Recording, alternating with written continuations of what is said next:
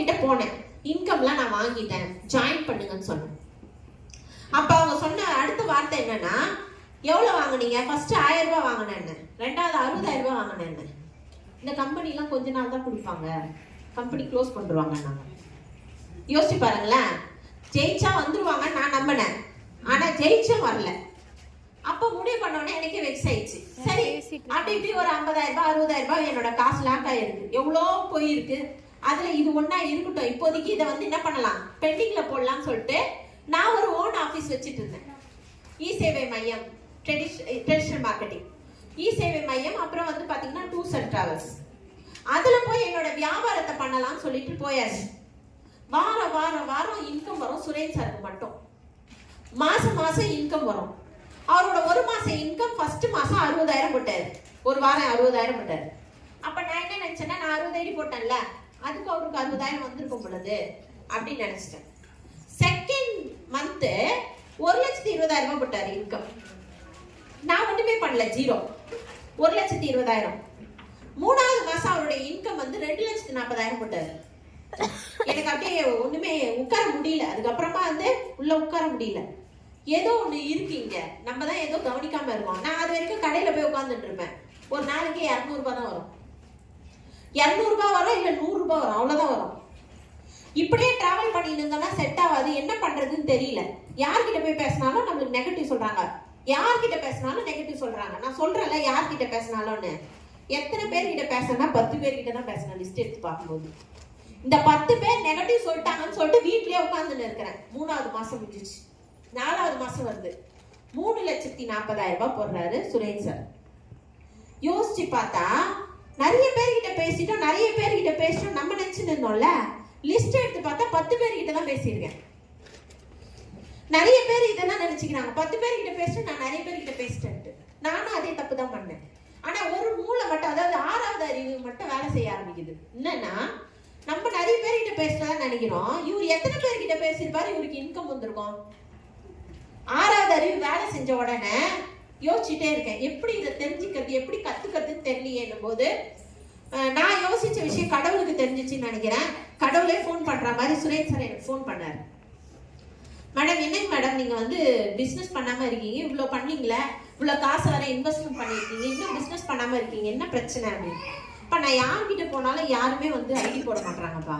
எல்லாருமே என்ன சொல்றாங்கன்னா, இதெல்லாம் உண்மை கிடையாது, ஃபேக்கு, கம்பெனி மூடுவாங்கலாம் சொல்றாங்க.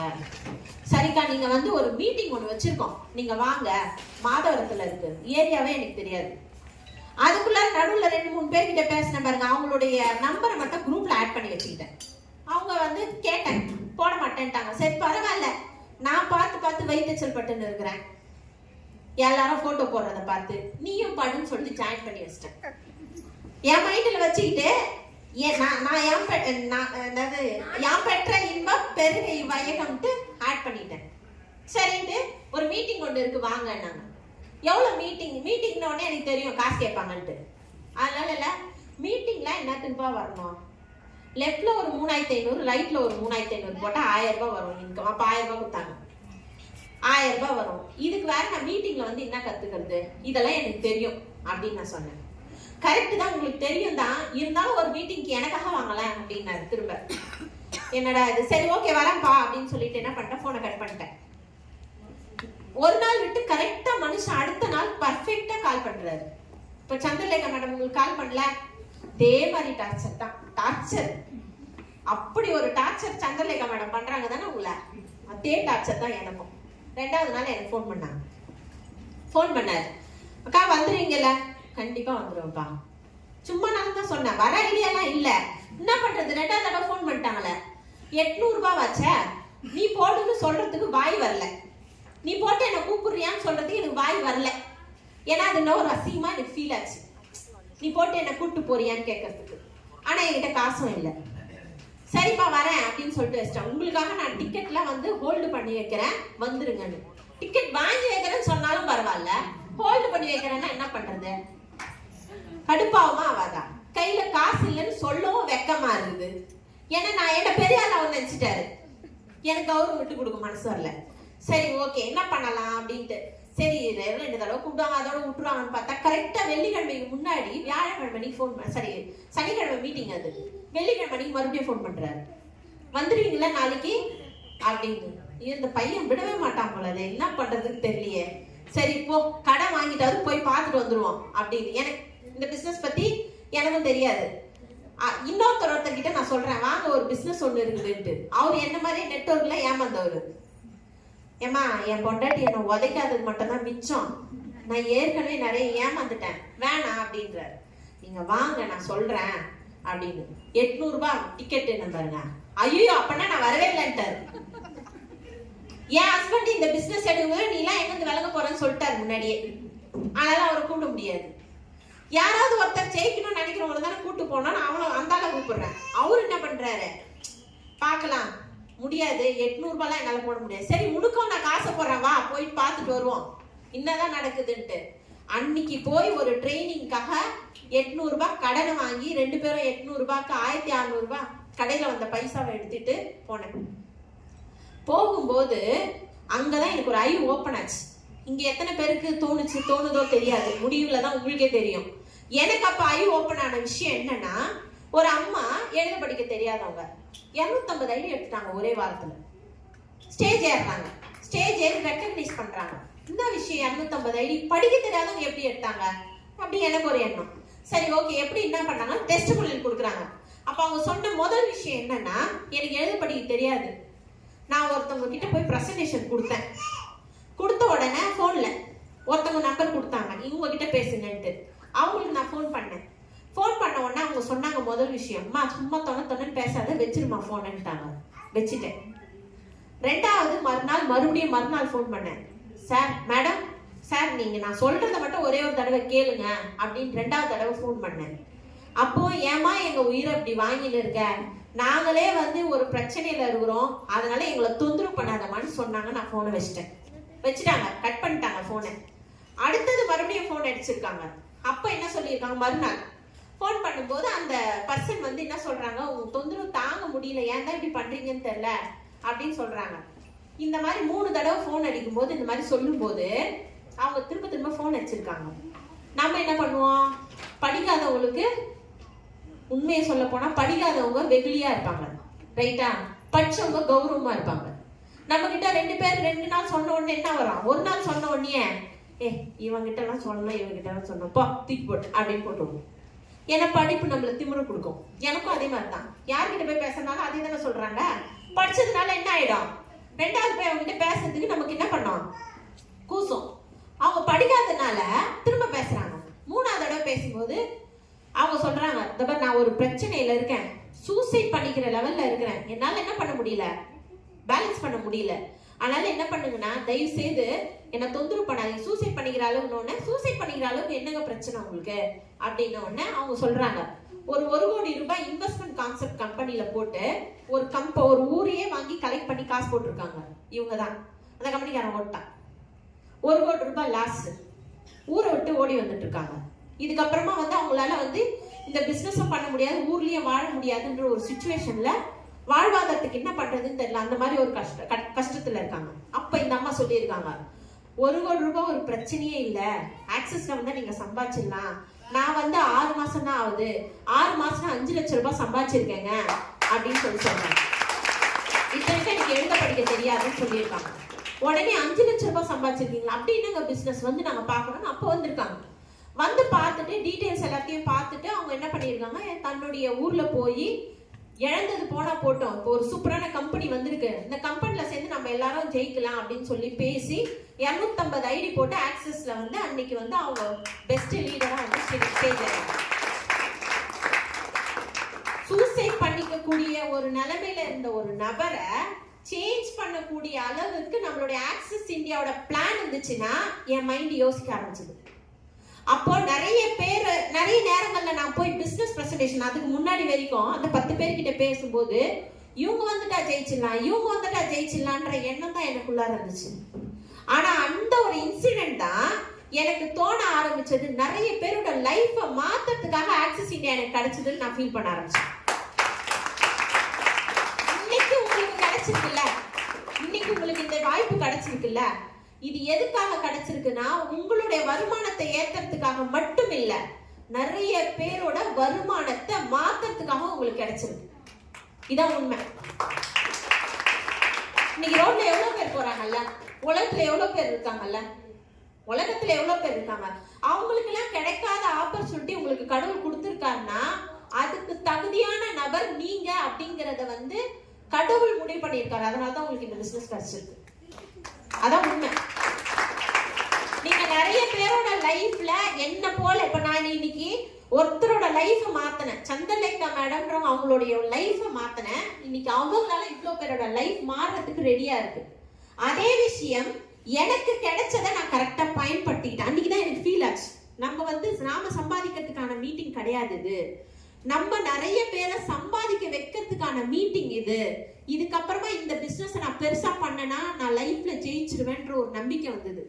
இந்த எண்ணம் எனக்குள்ளார வந்த அடுத்த செகண்ட் நான் என்ன பண்றேன்னா வீட்டுக்கு போறேன். வீட்டுக்கு போன உடனே சாயந்தரம் ஒரு கால் வருது, நீ ஒரு போட்டோ ஒரு குரூப்ல சேர்த்து விட்டியா, அதுல போட்டோவா வந்துகிட்டு இருக்கு, என்ன பிசினஸ் அது அப்படின்னு கேக்குறாங்க. சோ அன்னைக்கு என்ன பிசினஸ் அப்படின்னு சொல்லும் போது நான் என்ன சொல்றேன்னா, சரி ஓகே நீ நேரா வா, எதோனாலும் பாத்துக்கலான்ற. நாளைக்கு காலைல வாங்க. என்னோட அப்ளைன் ஃபோன் பண்றேன், என்ன நம்ம இது வரைக்கும் ஏதோ தப்பு பண்ணியிருப்போமோ, நான் இது வரைக்கும் நானே தான் போய் பேசிட்டு நம்ம ஏதோ தப்பு பண்ணியிருக்கோமோ அந்த அப்ளைனை கூப்பிட்டேன்.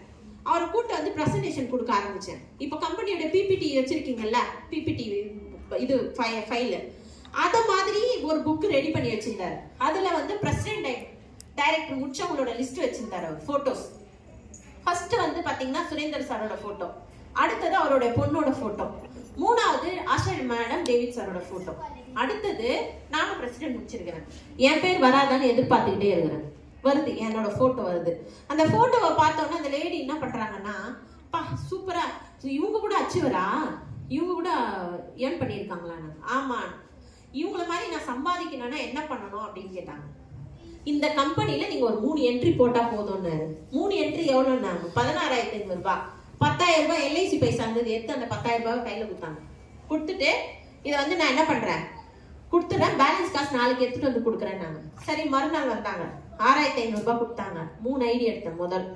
அடுத்தது அவங்க வந்ததுக்கு அப்புறமா நான் என்ன பண்ணேன் அப்படின்னா, உங்களுக்கு தெரிஞ்சவங்க எல்லாரையும் காட்டுறியா எனக்குன்னு. சரி காட்டுறேன். நாங்க 2 பேரும் 1000 ரூபாய் பாஸ் எடுத்துப்போம்.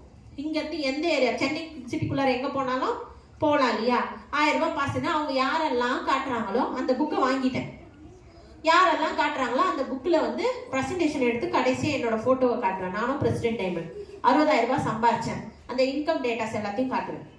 காட்டின உடனே அவங்களுக்கு ஃபர்ஸ்ட் 10 பிரசன்டேஷன் கொடுக்கும்போது ஒன்றும் பெருசா வரல.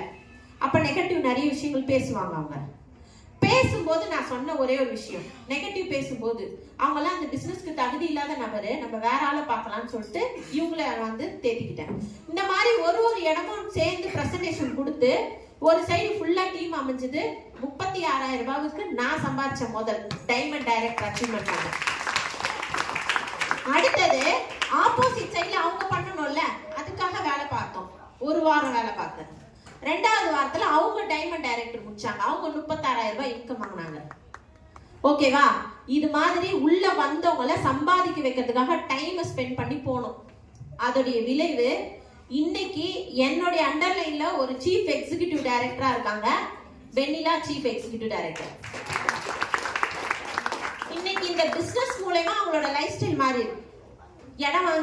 இடம் ஆல்ரெடி வாங்கியிருந்தாங்க, வீடு சொந்தமா கட்டினாங்க. அது மட்டும் இல்லாம இன்னைக்கு மாசம் வந்து பாத்தீங்கன்னா 1 லட்சம் ரூபாய் அப்படிங்கறத எடுத்துக்கிட்டு இருக்காங்க. 1 லட்சம் ரூபாய்க்கு மேலே எடுத்துக்கிட்டு இருக்காங்க. சோ இப்ப இன்னைக்கு அந்த அளவுக்கு அவங்களோட லைஃப் ஸ்டைல் மாறறதுக்கு நான் ஒரு காரணமா இருந்தேன் அப்படின்றது தான் என்னுடைய சந்தோஷம். பட் ஆனா அவங்களோட உழைப்புக்கு இன்னை வரைக்குமே வந்து பாத்தீங்கன்னா நான் ஒன்றும் பெருசாலாம் சப்போர்ட் பண்ணல. இன்னை வரைக்கும் அவங்களுடைய சொந்தமா போய் அவங்கவுங்க வேலையை பார்த்துக்கிட்டதுடைய விளைவு, அந்த முதல் விஷயத்தை தேர்ந்தெடுத்து கொடுத்ததுக்கு அப்புறமா வந்து இன்னை வரைக்கும் அவங்க டிராவல் பண்றாங்க.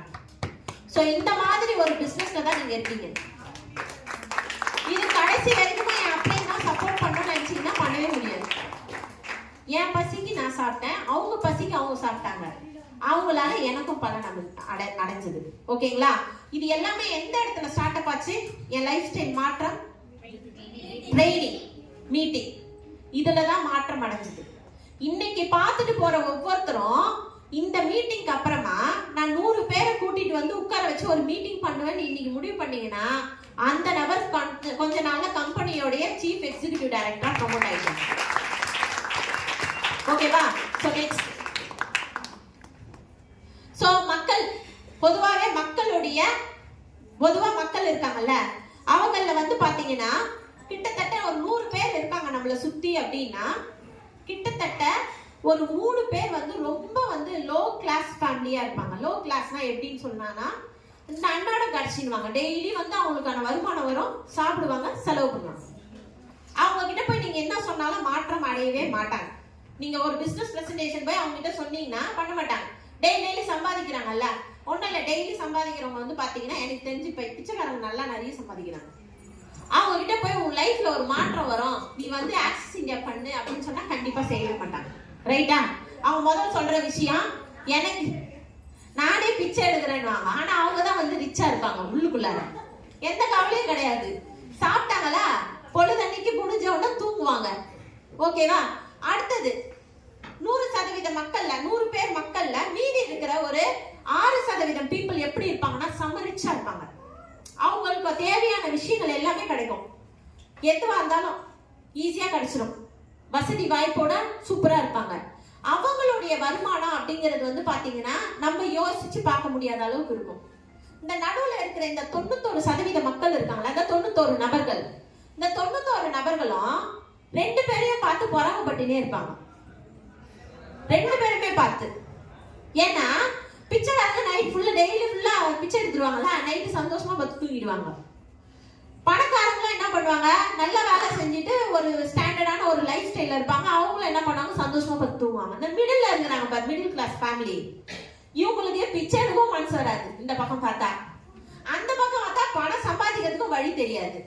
இந்த 91% மக்கள்ல தான் யாரோ ஒருத்தர் 6% மக்களா மாறணும்னு ஆசைப்படுறவங்களா இருப்பாங்க. கண்டிப்பா பிச்சைக்காரங்களா மாறணும்னு ஆசைப்பட மாட்டாங்க. ரைட்டா? பணக்காரங்களா மாத்தணும், நம்ம பணக்காரா வரணும் அப்படின்னு முடிவு பண்றவங்க இந்த 6% மக்கள் தான். இந்த 6% மக்களை 100 பேர்ல தேட வேண்டியதுதான் உங்களோட வேலை. இங்க இருக்கிறவங்க எல்லாரும் ரிச் லைஃப்ல இருக்கணும்னு ஆசைப்படுவாங்க. ஆனா இங்க வந்தவங்கல்ல யாராவது ஒருத்தர் 6% மக்கள் ஒரு ஆளா வந்துருவாங்க. அதுல மாற்றமே கிடையாது. ஆனா வெளியில இருக்கிற 100 பேர்ல 6% மக்களா வரவங்க யாருன்னு நீங்க தேடினாதான் கஷ்டம் கிடைக்கும். இந்த தேடுறதுக்கு தான் நம்மளுக்கு டைம் பத்த மாட்டேங்குது. இல்லைன்னா என்ன பண்ண முடியும், மனசுக்கு வர மாட்டேங்குது. போனதோட ஒருத்தர் ஐடி போடணும்னு எதிர்பார்க்கணும், அது நடக்கவே நடக்காது. ரைட்டா? சோ இதை வந்து நாங்க தெளிவா தெரிஞ்சுக்கிட்டோம். சோ அப்போ நிறைய பேர்கிட்ட இந்த பிசினஸ் பிரசன்டேஷனை கொடுக்கணும்ன்றத முடிவு பண்ணிக்கணும்.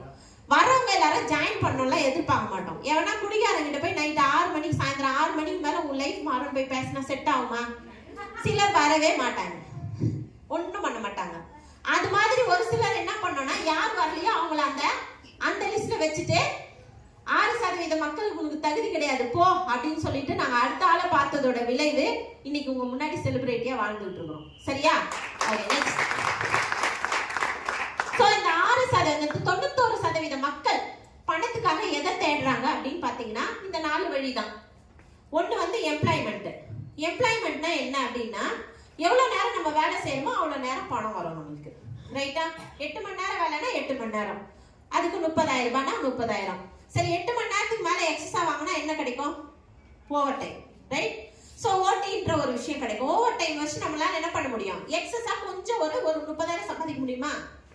டவுட் தான். 10,000 இருந்து 15,000 ரூபாய் சம்பாதிக்க முடியும். இப்ப எக்ஸ்ட்ரா வருமானம் வேணும்னா எம்ப்ளாய்மெண்ட் லைஃப்ல உங்களால என்ன பண்ண முடியாது, என்னதான் தேடினாலும் கிடைக்க வாய்ப்பே கிடையாது. ரைட்? சோ அடுத்தது வந்து செல்ஃப் எம்ப்ளாய்ட். செல்ஃப் எம்ப்ளாய்டுன்றவங்க யார் அப்படின்னு பாத்தீங்கன்னா, டாக்டர், இன்ஜினியர், ஆடிட்டர், இவங்கெல்லாம் என்ன பண்ணுவாங்கன்னா, தன்னோட மணி நேரத்தை 8 மணி நேரத்தை ஒரு ஜாப்லயும் செலவு பண்ணுவாங்க, ஓன் பிசினஸ்லயும் செலவு பண்ணுவாங்க. 8 மணி நேரம் ஜாப் பண்றாங்கன்னு வச்சுக்கலாம். அவங்க என்ன பண்ணுவாங்க, 8 மணி நேரம் ஒரு ஹாஸ்பிட்டல்ல வேலை செய்வாங்க. ஒரு டாக்டரை எடுத்துப்போம் எக்ஸாம்பிளுக்கு. ஒரு டாக்டர் படிக்கணும்னா எவ்வளவு செலவாகும்? லாக்ஸ் கணக்குல ஆகுமா? கரெக்டா டாக்டர் படிச்சு முடிக்கணும்னா எவ்வளவு வரும்? 5 to 6 lakhs. 35 lakhs, 40 lakhs. வேற இன்னும் நிறைய பேருக்கு டாக்டர் படிப்புக்கு எவ்வளவு ஆகும் தெரியல போல. 1 crore. இன்னைக்கு முடிச்சிட்டு இந்த செஷன் முடிச்சிட்ட பிறகு கேட்பேன். இதுக்கப்புறம் நீங்க நிறைய பேர்கிட்ட கேட்பேன். ஏன்னா நிறைய பேருக்கு தெரியவே இல்லை. டாக்டருக்கு முடிக்கணும்னா எவ்வளவு சார் ஆகும்? 1 crore. 1 crore ஆகும். Minimum 1 crore. ஆக்சுவலி வந்து பாத்தீங்கன்னா அந்த படிப்பை முடிக்கிறதுக்கு மட்டும் தான் 1 கோடி. எல்கேஜிக்கே 1 lakh ஆகுது. சொல்றாரு பாருங்க. சோ 1 crore மேல தான் ஆகும். 1 கோடி ரூபாய்க்கு மேல அவங்க படிக்கிறதுக்கு செலவு பண்ணாங்க. ஆனா ஃபர்ஸ்ட் ஸ்டாண்டர்ட் எல்கேஜி யூகேஜில இருந்து கனெக்ட் பண்ணி பார்த்தோம்னா அவங்களுடைய கணக்குப்படி ஒரு 1.5 கோடி ரூபாய் செலவு பண்ணி தான் அந்த படிப்புக்கு வருவாங்க. அவங்க 1.5 கோடி ரூபாய் படிச்சு முடிச்ச பிறகு அவங்களுடைய வருமானம் என்னவா இருக்கும் அப்படின்னு பாத்தீங்கன்னா அதிகபட்ச வருமானம் எவ்வளவு இருக்கும்? 30,000 40,000 அவ்வளவுதான். ஓகேவா? அதுக்காக அவங்க எத்தனை வருஷம் ஸ்பெண்ட் பண்றாங்கன்னா அவங்களோட 26 வயசு வரைக்கும் படிக்கிறாங்க. 26 ஏஜுக்கு அப்புறமா தான் அவங்க என்ன பண்றாங்கன்னா படிப்புல இருந்து வெளில வந்துட்டு சம்பாதிக்கிறதுக்கு போவாங்க. சோ சம்பாதிக்கிறது எவ்வளவு சம்பாதிக்கலாம் அப்படின்னு பாத்தீங்கன்னா ஒரு மாசத்துக்கு அதிகபட்சம் 40,000. ஒரு கொஞ்சம் எக்ஸ்பீரியன்ஸ் ஆச்சுன்னா 1 லட்சம் ரூபாய் ஒரு ஹாஸ்பிட்டல்ல கொடுப்பாங்க. ரைட்டா? கண்டிப்பா ஹாஸ்பிட்டல்ல வேலை செஞ்சாதான் கிளினிக் வைக்க முடியும் கம்ஃபர்டபிள்ல. எக்ஸ்பீரியன்ஸ் தான் நாலேஜ். சரியா? சோ கிளினிக் வைக்கிறாங்கன்னு வச்சுக்கலாம். இது ஹாஸ்பிட்டல் வேலை முடிச்சிட்டு கிளினிக் ஒரு எத்தனை மணி நேரம் ரன் பண்ண முடியும்? மேக்ஸிமம் 4 hours 5 hours வச்சுப்போம். அதிகபட்சம் 12 மணி வரைக்கும் வச்சிருக்காங்கன்னு வச்சுக்கோங்க. எல்லாரும் கொஞ்சம் கவனிங்க. 5 இது முக்கியமான கால்குலேஷன். இந்த கால்குலேஷன் நீங்க பார்த்துட்டீங்கன்னா ஆக்சிஸ்ல எவ்வளவு சம்பாதிக்கிறது ஈஸின்றது தெரிஞ்சிடும். 5 மணி நேரம் ஒருத்தர் கிளினிக் வைக்கிறார், ரைட்? 1 மணி நேரத்துல அவர் எத்தனை பேஷண்ட பாப்பாரு?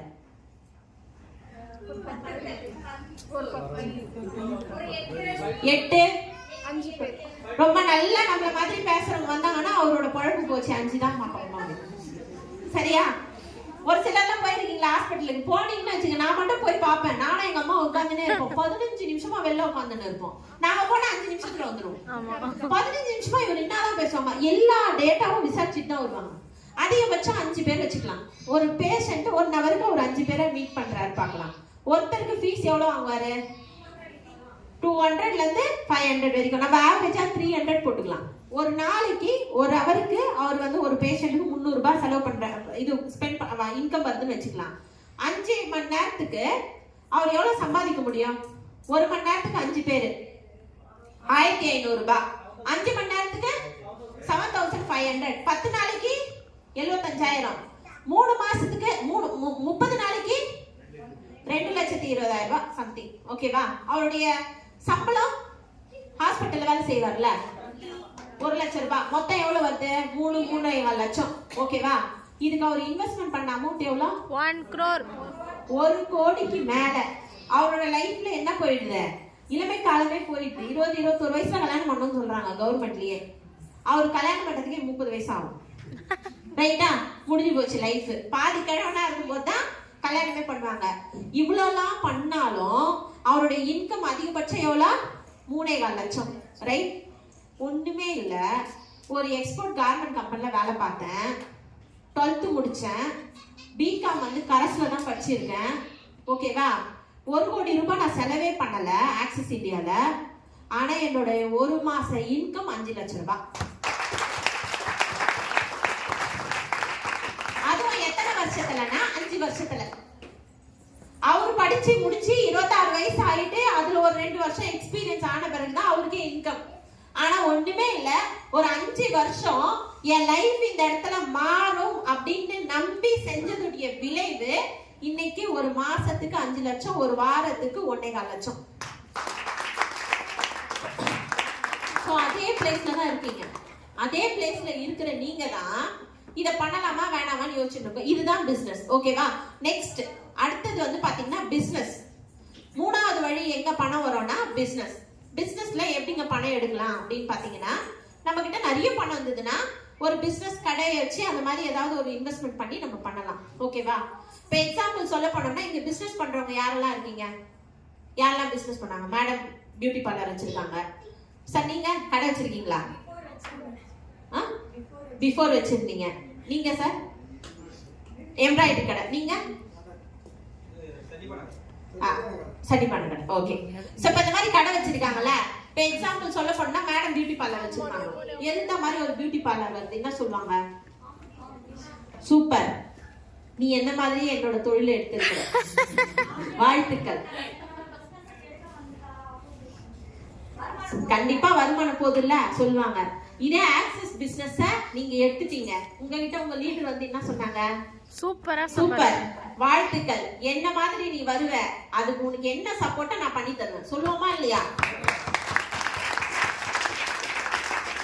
எல்லாருடைய தொழிலும், எல்லா வித தொழிலும் பொறாமையில தான் ஸ்டார்ட் ஆகும். ஒரே ஒரு தொழில் மட்டும்தான் வாழ்க்கையில மாற்றத்துக்காக மாற்றக்கூடிய விஷயமா மாறும். அது ஒன்னே ஒண்ணு எதுன்னா நெட்வொர்க் மார்க்கெட்டிங் மட்டும்தான்.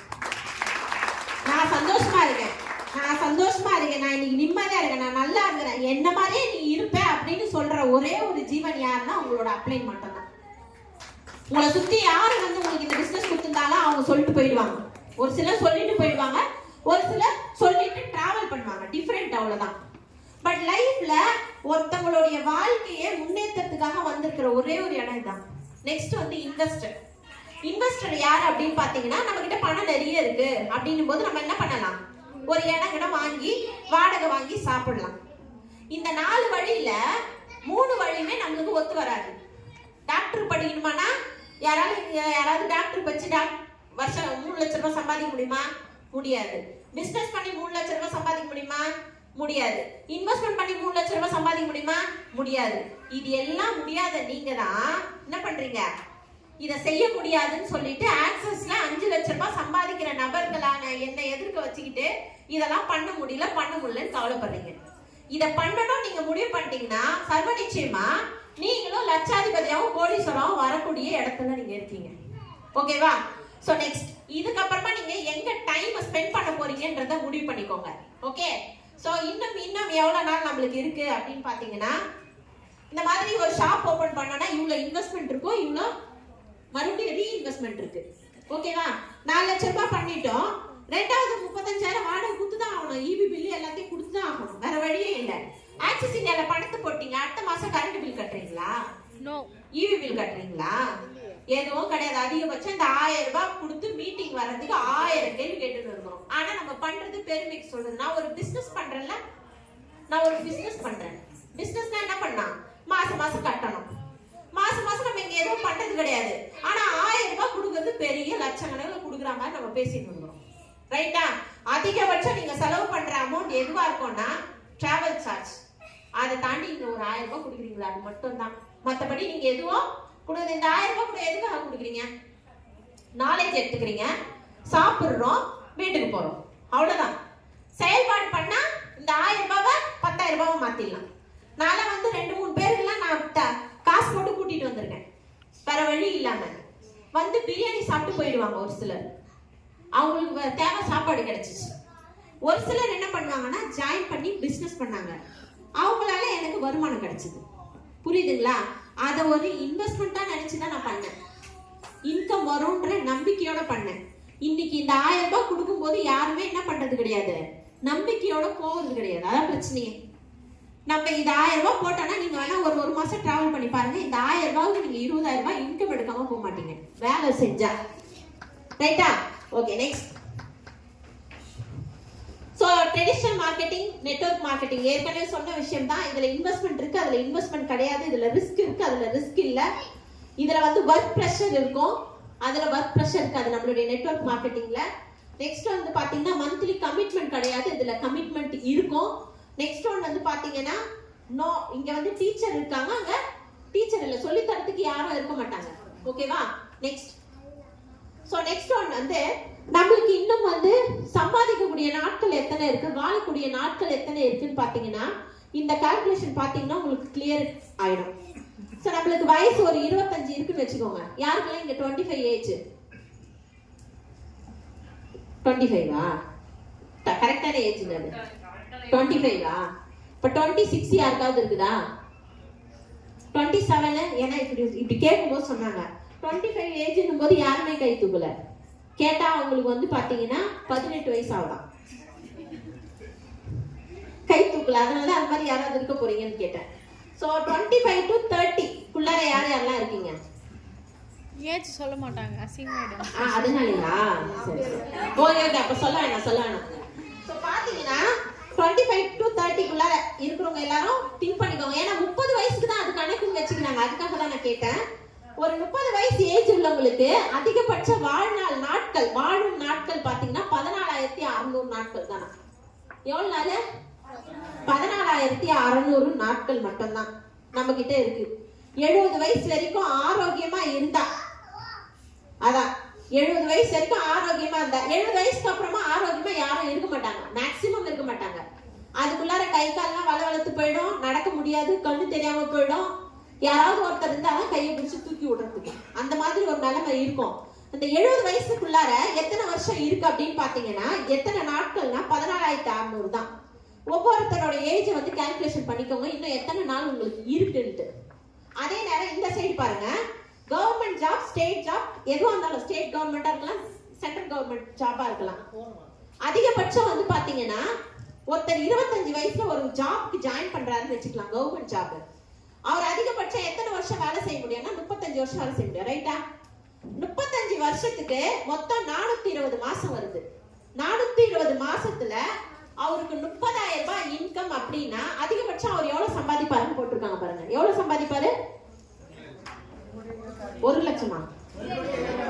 1,26 லட்சம் ரூபாய் தான் சம்பாதிக்க முடியும் 35 வருஷம் வேலை பார்த்தாதான், ரைட்டா? ஆக்சஸ் இந்தியால கரெக்டா ஐடி போட்டு 1.5 வருஷம் நான் எந்த வேலையும் பார்க்கவே இல்லை. பேலன்ஸ் இருக்கிற 3 வருஷம் தான் வேலை பார்த்தேன். இந்த 3 வருஷத்துல என்னுடைய மொத்த வருமானம் 1.5 கோடியே தாண்டிடுச்சு. வீடியோ எடுக்கிறவங்க தயவு செய்து போட்டுறாங்க. ஏற்கனவே நாங்க பஞ்சாயத்துக்கு போயிட்டு வந்துட்டோம், ஓகேவா? சோ 1,26 லட்சம் ரூபாய்க்கு 35 வருஷம் வேலை பார்க்கணும். ஆனா நம்மளுக்கு 3 வருஷம் வேலை பார்த்தா போதும். யோசிச்சு பாருங்க. இதுக்கப்புறமா நீங்க முடிவு பண்ணுங்க, உங்களுடைய மாச வருமானத்துக்கு வருஷம் ஃபுல்லா வேலை செய்ய போறீங்களா, வருஷத்துல கொஞ்ச நாள் வேலை செஞ்சுட்டு சந்தோஷமா இருக்க போறீங்களான்ட்டு. ஒரு வாரம் ஃபுல்லா எந்த வேலையும் பெருசாலாம் பண்ணல. நேத்து இன்னைக்கு முந்த நாள் 3 நாள் தான் மீட்டிங் பண்றேன். என்னுடைய இந்த வார இன்கம் வந்து பாத்தீங்கன்னா கிட்டத்தட்ட 1 லட்சம் ரூபாய். ஒரு வாரத்துல 3 மீட்டிங்கு, ஒரு 2 மணி நேரம் பேசினேன்.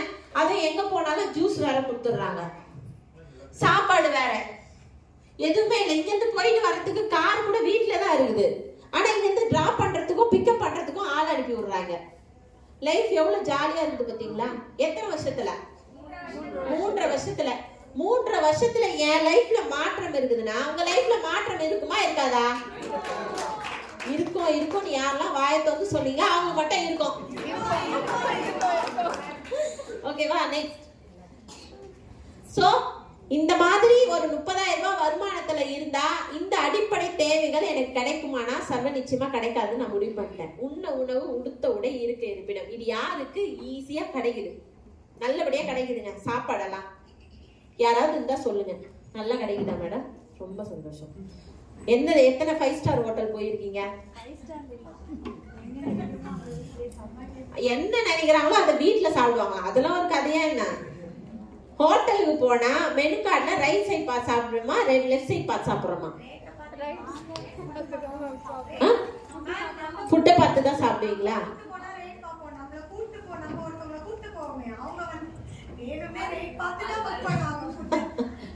அது ரேட் அதிகமா இருக்கான்னு பார்த்துட்டு. ஓகே. சோ நிறைய 5 ஸ்டார் ஹோட்டல்ல எல்லாம் நான் போனேன். இப்போ அவங்க சொல்றாங்க நான் வீட்ல செஞ்சு சாப்பிடுவேன், அப்படியே ஹோட்டல் போனேன்னா நான் வந்து மெனு கார்டுல ரைட் சைடுல பார்த்து சாப்பிடுறது இல்ல, லெஃப்ட் சைடுல தான் பார்த்து சாப்பிடுறேன்னு சொல்றாங்க அவங்க, ரைட்டா? அவங்களுடைய லிஸ்ட்ல எத்தனை 5 ஸ்டார் ஹோட்டல், 5 ஸ்டார் ஹோட்டலுக்கு போயிட்டு அந்த மெனு கார்டை வாங்கி பார்த்து சாப்பிட சொன்னாதான் தெரியும். ஒரு மாசத்துக்கு ஒரு வேலைக்கே சாப்பாட்டுக்கு 10,000 ரூபாய் பில்லு தூக்கி போட்டு வந்துருவோம் வேணான்ட்டு. 10,000 ரூபாய் இருந்தா ஒரு மாசத்துல 2 மாசத்துக்கு சாப்பிடலாம், நம்ம வந்துருவோம். ஓகேங்களா? என்னங்க மேடம், நீங்க போய் சாப்பிட்டு இருக்கீங்களோ? கரெக்டா சொல்லிட்டீங்களா? அதுதான் உண்மை. லெஃப்ட் சைடு ரைட் சைடு நாளா மிடில் கிளாஸியா இருக்கு. நிறைய நேரங்கள்ல இந்த அடையாள ஆனந்த பவனே போகவே மாட்டேன், நான் போனது இல்லை. என்னை பொறுத்தவரைக்கும் அது பணக்காரங்க சாப்பிட்ற இடம் நினைச்சிட்டு போறதே கிடையாது. இப்பெல்லாம் அடையாள ஆனந்த பவன் தாண்டி வேற எங்கேயுமே போறது கிடையாது. லைஃப் ஸ்டைல் மாறிடுச்சு. சூப்பரா இருக்கும். இருக்கும், ரேட்டுக்காக வரது கிடையாது. அங்க 2 இட்லி எவ்வளோ? 50 ரூபாய். 2 இட்லி அங்க 50 ரூபாய். எங்க வீட்டு பக்கத்துல இருக்கிற சின்ன கடையில வந்து பாத்தீங்கன்னா 4 இட்லி 5 இட்லி 50 ரூபாய். எது தேவை? நமக்கு 5 இட்லி போதும், அதுல 2 இட்லி தான் சாப்பிடும், 3 பொண்ணு குத்தலான்ட்டு. இப்படிதான் டிராவல் பண்ணிட்டு இருந்த நான் தான் இன்னைக்கு 50 ரூபாய் இல்ல 500 ரூபாய்னா கூட ஒரு இட்லி வாங்கி சாப்பிடுற அளவுக்கு லைஃப் ஸ்டைல் மாறி இருக்கு. ரைட்டா? உண்ண உணவு, உடுத்த உடை. எனக்கு ரொம்ப பிடிச்ச, நம்மளுக்கு பிடிச்ச சூப்பரான சாரி இருக்கும், அந்த கலர் பார்த்த உடனே நமக்கு பிடிச்சிடும். பிடிச்ச உடனே என்ன பண்ணலாம், எடுக்கலான்னு போன உடனே என்ன பண்ணுவோம், எதை எடுக்கிறது, எதை பார்ப்போம், பிரைஸ் டேக். பார்த்த உடனே என்ன பண்ணுவோம், வேணாம் அப்படி வச்சுட்டு நம்ம வேலையை போய் பார்ப்போம். ஆனா அதே இடத்துல கொஞ்ச நேரம் நின்று பாத்தீங்கன்னா எதை நீங்க ரேட் அதிகமா இருந்துன்னு வேணாம் தூக்கி போட்டு வரீங்களோ அதை தான் என்ன பண்ணுவாங்க, ஒருத்தர் எடுத்துட்டு போவாங்க, நேரா பில்லு போடாம போயினே இருப்பாங்க. வடை போச்சேன்னு நம்ம தான் நின்றுட்டு வருவோம். அப்ப நம்மளுடைய வயசுல இன்னும் 35 வருஷம் வேலை பார்த்தாலும் நம்ம இதுல வந்து இதே நிலைமையில தான் இருக்கணும்னு முடிவு பண்ணியாச்சு.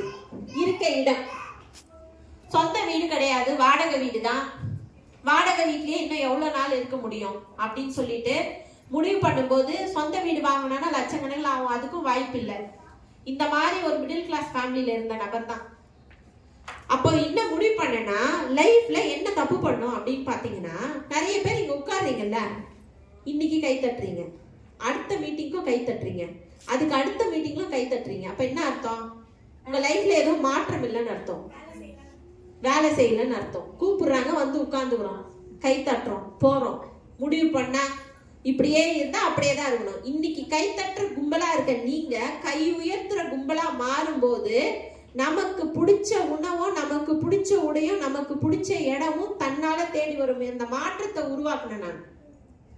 சாதாரணமா இருந்த நான் கையிலேயே அப்படியே இருந்தா அப்படியே கை தட்டிக்கிட்டே தான் இருக்கணும். கை உயர்த்துற கும்பலா மாறணும், என்ன பண்ணணும்னு யோசிச்சேன். அதுக்கான விளைவு இன்னைக்கு ரிசல்ட். ஓகேவா? சோ இன்னைக்கு இந்த மாற்றத்தை யார் உருவாக்குறீங்களோ நிச்சயமா வந்து பெரிய மாற்றம் கிடைக்கும். சோ உண்ண உணவு, உடுத்த உடை, இருக்க இருப்பிடம், இது மூணும் எந்த அளவுக்கு ஏன் லைஃப்ல கிடைச்சதுன்றத நான் சொல்றேன். சோ என்னோட எம்ப்ளாய்மெண்ட் லைஃப்